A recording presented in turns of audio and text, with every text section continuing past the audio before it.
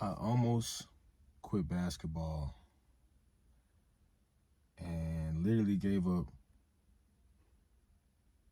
everything I love. But before you judge me, just hear me out. Just hear me out. So this year, this is my 4th year playing professionally, and this is just a rocky year for me. But let's take it all the way back. I won my first professional championship ring last year when I was 26, my 3rd year pro in Canada, and I was nominated 6th man of the year. I was an all-star, and overall it was a really good year. Really good year for me, like a really good year for me. And literally like a month and a half later, a team in Saudi called me, and it was to go play in Saudi Arabia in the capital for a team called Al Nassr. And if you're not familiar with that, you know, Cristiano, he plays for that club. But the deal that I was going to sign was like a 6-figure deal, and this was huge for me because, you know, my previous year when I was playing in Canada, I was only making 2,600 USD a month. So this was like a big deal for me. Like, I remember calling my homeboys, telling my stepdad, telling my grandma, and it was like, I'm about to like make so much money doing what I love, and like I could like actually like invest it. I had like a whole game plan for this, bro. Like, I'm telling you, I cannot make this up. And so I signed that deal, and you know, this is my first time going overseas, so I have no idea what to even expect.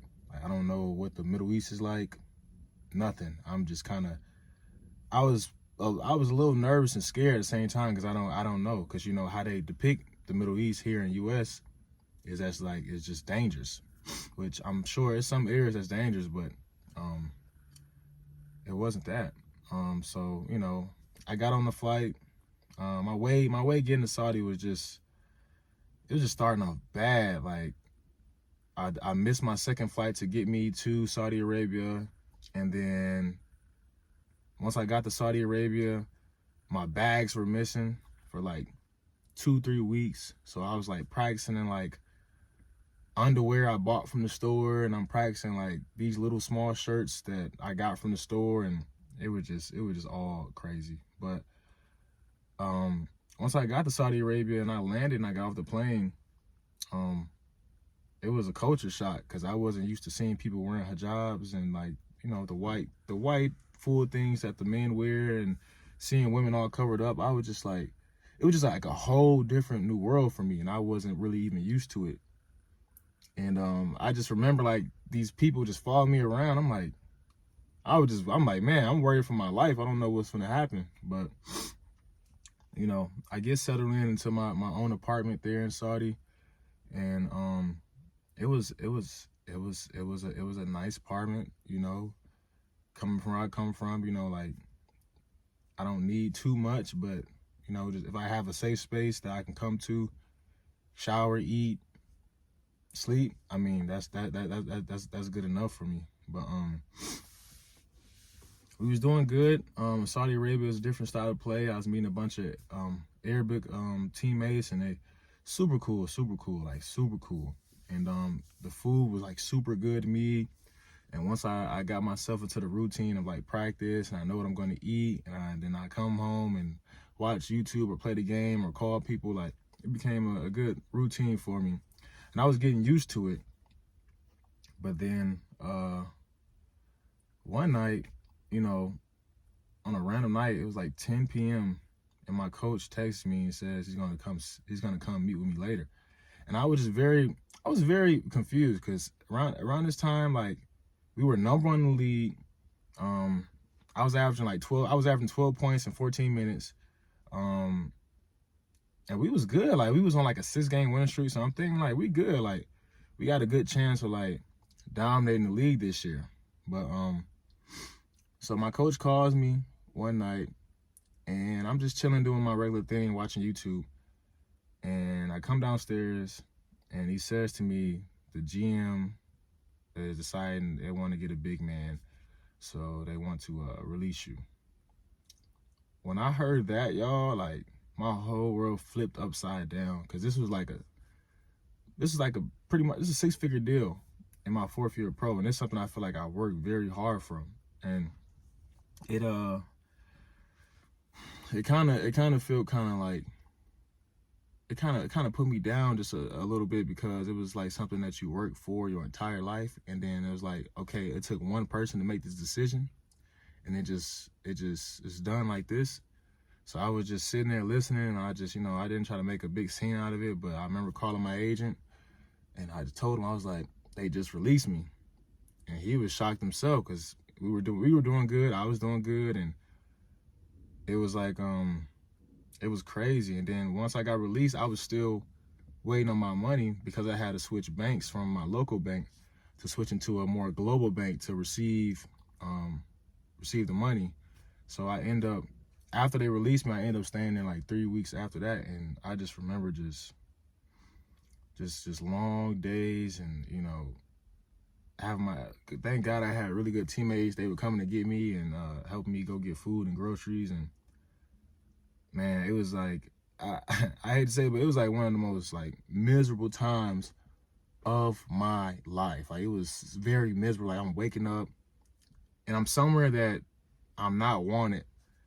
And, that just led me to, like, I was keeping my GM and Canada, the team I was playing for in Canada, updated, and let him know everything. And I let him know I got released. And, I was like, all right, cool. Like, sure, like, I got released, but like, at least I got somewhere to go in Canada I'm familiar with.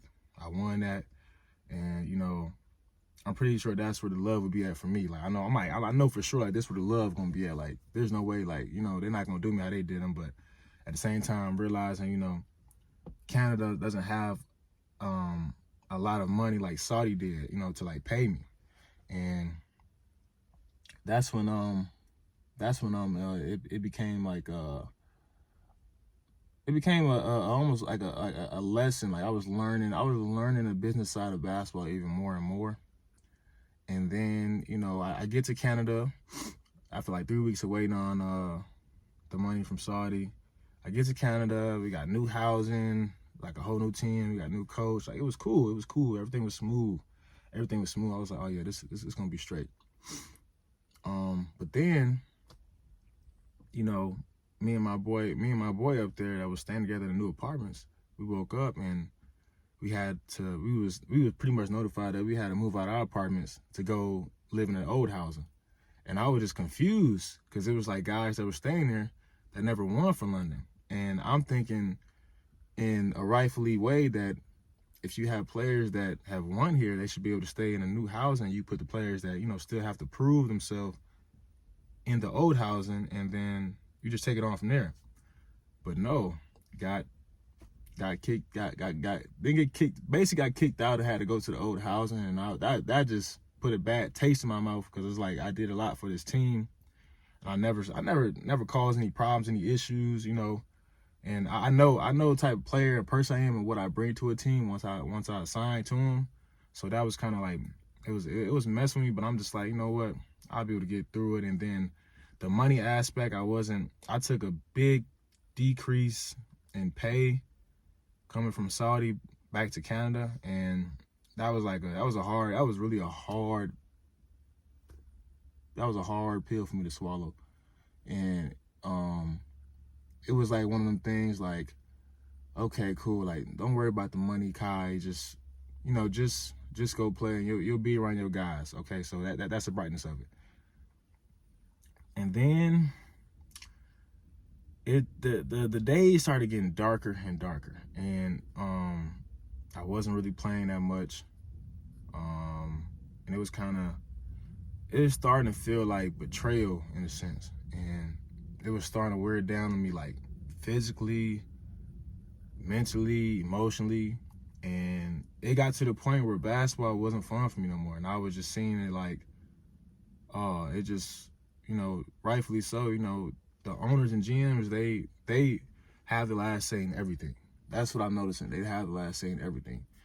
But I didn't notice that it's not. I mean, I wasn't really fully aware of like this. It's not like this everywhere.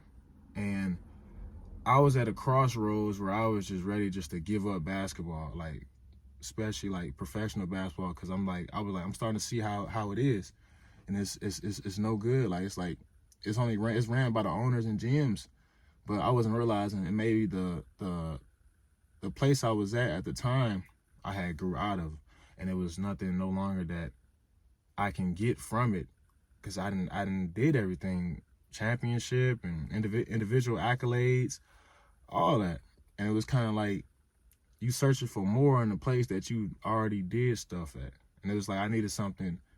I knew at the time I needed something new, refreshing, like a new challenge, a new scenery, all of that. And then I'm thinking of like, I'm only making this so little money, and the cost of living in the U.S. is different. So it's like this is like money that's not really like making or breaking me, and basketball became just not fun at the time. Like it became like almost like I was looking forward to like practice being over. I was looking forward to games being over. I knew it was really something when on game days I wasn't excited at all. Like I wasn't excited at all on game days. And that's when I knew like it was like put a big red flag in my head, like, yo, what's going on with you right now? Like, and everything was getting just mentally draining. I was getting exhausted from like the traveling, and doing good, and one person saying this and it's all gone, or like people not doing right by you. Like it was getting so exhausting, y'all. Like I'm trying to tell you, like I could feel myself imploding. Like I feel myself imploding, and I didn't even know like how to even really deal with it. I just knew like it was causing me like to wake up with an attitude, and I really didn't want to talk to people. I probably was looking at people a certain way, all type of stuff. Like the enjoyment of like basketball was just cut for me. It was gone. Like it was nothing. It got to the point where one day I woke up and I said I'm done being here, and I told the GM, I told everyone that I was ready to leave. So I left, and I'm here back in my bad, y'all, the video had cut off, but so yeah, I left, and I'm here back in Las Vegas, and I just literally need I needed like a mental break. I needed a mental reset, everything. So I came here, and I literally took 3 to 4 weeks, and I didn't play basketball, work out doing basketball at all. Like all I did was lift weights and run,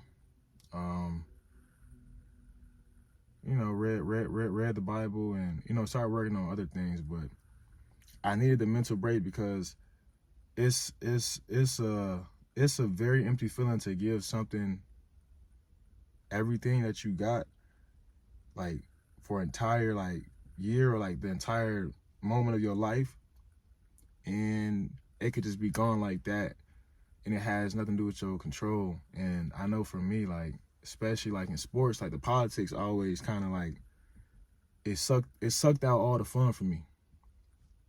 And it's draining going through that each year. Each year is so draining going through that. Like, and it's almost like you try to tell yourself like, oh, it's cool. You try to just like push it aside, but like after a while, like this stuff been compiling for years and years since I started my pro career, and I'm only in my 4th year. So I needed a mental break. I was drained, and I literally just needed a mental reset. So I just had to be around family. Take time to myself, do some inner work, prioritize my mental health, because the older and older I get, and the more further I get into my career, I'm learning that all the physical capabilities that I have means absolutely nothing if my mental isn't healthy. It means absolutely nothing. Like I can go run, jump, dunk, go get 30 points, cut off again. I don't even know what it is, but yeah, I had to get back into like a mental healthy space for my mental, and that's what brought me back here to Las Vegas. And my first day getting back in the gym with my trainer was this past Monday, and he knows everything that's been going on, and like, you know, my family. So they understood it and they supported it, along with the rest of my teammates from Canada and things like that. So, you know, I didn't feel too bad, but making a decision like that was very new to me because I never did that in my entire basketball career, and it was kind of like a decision that I had to make for myself, and I had to stop accepting things that were undervaluing to me, and it wasn't like I wasn't getting my worth. And me being such a kind-hearted, nice person, like sometimes I would accept things that I know is not my worth, but I'll take it. But I just had to stop that. Like I had to stop that. Like I had to stop that. I had to go get. I had to switch my whole mind. Like, you need to start getting your worth, Jachai. Like, you a lot more than what you getting. And that's when it all changed for me. And I'm just like, I'm feeling more comfortable doing that. Before I wasn't comfortable doing that. Like I would just take, you know, of course my agent looks for me the best deals, you know. And, you know, sometimes I would just take a deal because I just like where I'm playing, or I take a deal. Like everything, I was just doing it because of one thing. I wasn't looking at the full spectrum of things. Like, and now I'm of course I'm back, and my mental is a lot more healthier, and I'm doing a lot more better. And physically I'm doing better, mentally I'm doing better, emotionally I'm doing better. And I feel like this was like a big growing pain, and not only as my career, but me as a man, and learning to stand up for myself, really, and really stop accepting the bare minimum, and knowing that, you know, I deserve what I deserve pretty much, because you work like it. You don't work to be paid low. You work to be paid the highest, and you know, and that's just what it came to. And you know, now I'm looking at a deal that's somewhere that I never expected for me to be or go, and it could possibly change everything, change the trajectory of my career. And you know, I'm just looking. I'm looking forward to it if it all goes through, and you know, I'll for sure keep you guys updated on that. But